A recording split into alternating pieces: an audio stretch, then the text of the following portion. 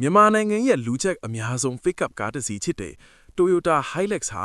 2026 model မှာတိတထင်ရှားတဲ့ပြောင်းလဲမှုတွေပြုလုပ်လိုက်ပါတယ်။ ဒီတစ်ခေါက်အပြောင်းလဲတွေဟာအပြင်ပိုင်းဒီဇိုင်းတွေမကပဲမောင်းနှင်မှုပိုင်းရောနီးပညာပိုင်းမှာပါအကြီးအကျယ်ပြောင်းလဲထားတာဖြစ်ပါတယ်။ ဘာတွေများထူးထူးခြားခြားပြောင်းလဲသွားလဲဆိုတာသိအောင်နဲ့ဗီဒီယိုရဲ့နောက်ဆုံးမှာဘယ်သူတွေအတွက်ဖြစ်မလဲဆိုတဲ့သုံးသက်ချက်လေးပါထည့်ပေးထားလို့ဒီဗီဒီယိုလေးကိုအဆုံးထိကြည့်လိုက်ကြရအောင်လားခင်ဗျာ The 13 channel ကနေပြန်လည်ကြိုဆိုလိုက်ပါတယ် subscribe လေးလုပ်ပြီးသွားရင်တော့အရန်ကိုကျေးဇူးတင်ပါပါကဲ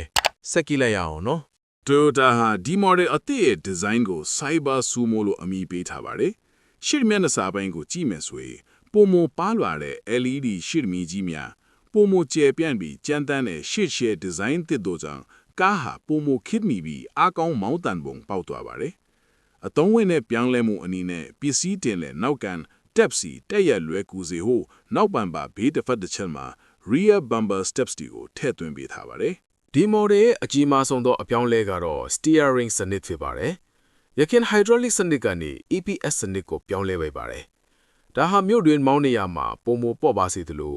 land chan off-road မောင်းနေတဲ့အခါမှာလည်းလက်ကိုတွန်းခါမှု kickback ကို short ချပေးပါတယ်။ 2.8 liter turbo diesel engine ကိုပဲဆက်သွင်းထားပေမဲ့48 volt V-active technology လို့ခေါ်တဲ့ My Hybrid 48 volt စနစ်ပါဝင်လာပါတယ်။ဒါဟာစီစား4ရာခိုင်နှုန်းခန့်သက်သာစေပြီးကားဆက်နိုးဆက်သက်စနစ်ကိုပုံမညင်သာချောမွေစေပါတယ်။ Towing capability အနေနဲ့ဆွဲနိုင်ဝန်အား3500 kg ကိုဆက်ထိုင်းထားပြီး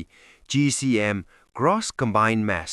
ကားနှင့်နောက်တွဲစုစုပေါင်းအလေးချိန်ကို6300 kg အထိတိုးမြင့်ပေးထားပါတယ်။ အတွင်းခန်းနဲ့နီးပညာ interior and tech အပိုင်းမှာတော့ dashboard design ကိုအသစ်ပြန်လုပ်ထားပြီး Prado 250 series မှာသုံးလေပုံစံမျိုးပြုလုပ်ထားပါတယ်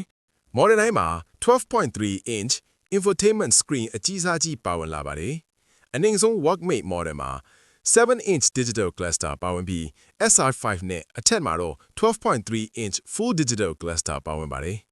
connectivity ဘိုင်းမှာဆိုရင် wireless Apple CarPlay နဲ့ Android Auto တို့ပါဝင်လာတဲ့အပြင်အားသွင်းဖို့ USB-C ပေါ့များလည်းပါရှိလာပါတယ် off-road features တွေကိုပြောမယ်ဆိုရင် Hilux ရဲ့နာမည်ကျော်စွမ်းဆောင်ရည်တွေကိုပုံမမြင့်တင်ထားပါတယ်။ လမ်းအနေထားလိုက် dirt, mud, sand, rock စသည့်ရွေးချယ်မောင်းနှင်နိုင်တဲ့စနစ်ဖြစ်တဲ့ Multi Terrain Select MTS ကို SR model ကနေစတင်ထည့်သွင်းပေးထားပါတယ်။ Safety wise မှာ360 degree camera စနစ်ကြောင့်လမ်းချင်းတွေနဲ့လမ်းကျန်းတွေမှာပုံဝန်းကျင်ကိုပုံမမြင်တွေ့နိုင်ပါတယ်။အောက်ပိုင်းစနစ်မှာအရှေ့ဘက် suspension က independent double wishbone ဖြစ်ပြီး stabilizer bar ပါပါတယ်။အနောက် suspension ကတော့ rigid axle with leaf springs ဖြစ်ပါတယ်။ suspension tuning ကိုပုံတရနှမျိုးဖြင့်ခွဲခြားပြုလုပ်ပေးထားပြီး SR5 နဲ့ attack grade များကိုပုံမညီမြောင်းမှုရှိအောင်ပြုလုပ်ထားက workmate နဲ့ SR grade များကိုလုပ်ငန်း300တွင်ပုံမတောင့်တင်းမှုရှိစေရန်ပြုလုပ်ထားပါတယ်။ Great query အနေနဲ့ workmate SR SR5 Rogue Rugged X ဆိုပြီးလာပါတယ်ထိုင်းနိုင်ငံမှာရောင်းချမဲ့2026 Toyota Hilux ကိုတော့ Turavo လို့အမည်ပေးထားပြီး grade တွေကတော့ Turavo Pre-Runner, Turavo 4Trax, Turavo Overland နဲ့ EV model ဖြစ်တဲ့ Hilux Turavo E တို့ပဲဖြစ်ပါတယ်။ Toyota Hilux ရဲ့2026 model သစ်ဟာဘယ်သူတွေအတွက်ခင်မလဲဆိုရင် Hilux ရဲ့မူလ DNA ကိုခိုင်ခန့်မှုဖြစ်ပါတယ်။ဒါကြောင့်လုပ်ငန်းခွင်မှာကြမ်းကြမ်းတမ်းတမ်းသုံးမဲ့သူများစီးတင်ပါတယ်။ပြီးတော့လမ်းကျန်းခီးသွားရတာဝါသနာပါသူများအတွက်လည်းအသစ်ပါလာတဲ့ Multi Terrain Select MTS စနစ်ကလမ်းအနေအထားအလိုက်ကူညီပေးမှာခဲ့တယ်လို့ Electric Power Steering သူပြောင်းလဲလိုက်ခြင်းကြောင့်လမ်းကျန်းမှာ Steering တွန်းခါမှုတတ်တာသွားတာကခရီးဝေးမောင်းသူတွေအတွက်အကြီးမားဆုံးဆူလာပါနောက်ပြီး Hilux အတွက် aftermarket ပစ္စည်း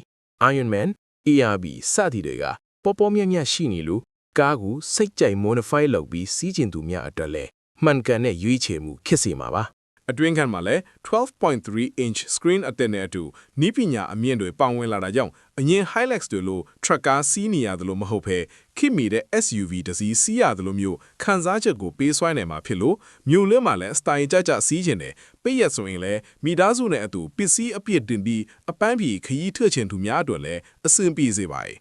Toyota Hilux ဟာ မမကြီးအပါဝေးကဘာတဝမ်းမှာပြန်ရောင်းစေးအကောင်ဆုံးကားစီးရင်မှာအမြင်ပါပါတယ်ဒီတော့ကားကိုစီးပြီးအမြင့်ဆုံးဈေးပြန်ရခြင်းတယ်ဆိုတဲ့သူတွေအတွက်ကတော့ Hilux ကိုပဲရွေးရမှာပါပဲ အနည်းချုပ်သုံးသက်ချက်အနေနဲ့ပြောရမယ်ဆိုရင်2026 Toyota Hilux ဟာ Ford Ranger လို့ပြိုင်ဘက်တွေကိုရှင်းနိုင်ဖို့အတွက်ဤပညာတွေအားဖြည့်ထားတာတွေ့ရပါတယ် EPS steering အသစ်နဲ့ Interior New Technology တွေကတော့အဓိကအားတာချက်တွေဖြစ်ပြီး engine hong ကိုပဲဆက်သုံးထားတာနဲ့နောက်ခန်းကျင်းနေသေးတာကတော့အားနည်းချက်အဖြစ်ရှိနေစေဖြစ်ပါတယ် Full Electric BEV model ကိုလည်း2026ခုနှစ်အတွင်းမြင်တွေ့ရဖို့ကလည်းရှိနေပါတယ် မိတ်ဆွေတို့ရော double cup တစ်စီးဝယ်ရတော့မယ်ဆို Toyota Hilux ကိုရွေးမလား Ford Ranger ကိုရွေးမလား comment မှာရေးပေးသွားကြပါဦးနော် နောက်ထပ်ဘာကားတွေအကြောင်းသိကြလဲဆိုတာလည်းရေးခဲ့ပေးလို့ရပါတယ်ဗျနောက်ဗီဒီယိုမှာပြန်တွေ့ကြပါမယ်နော်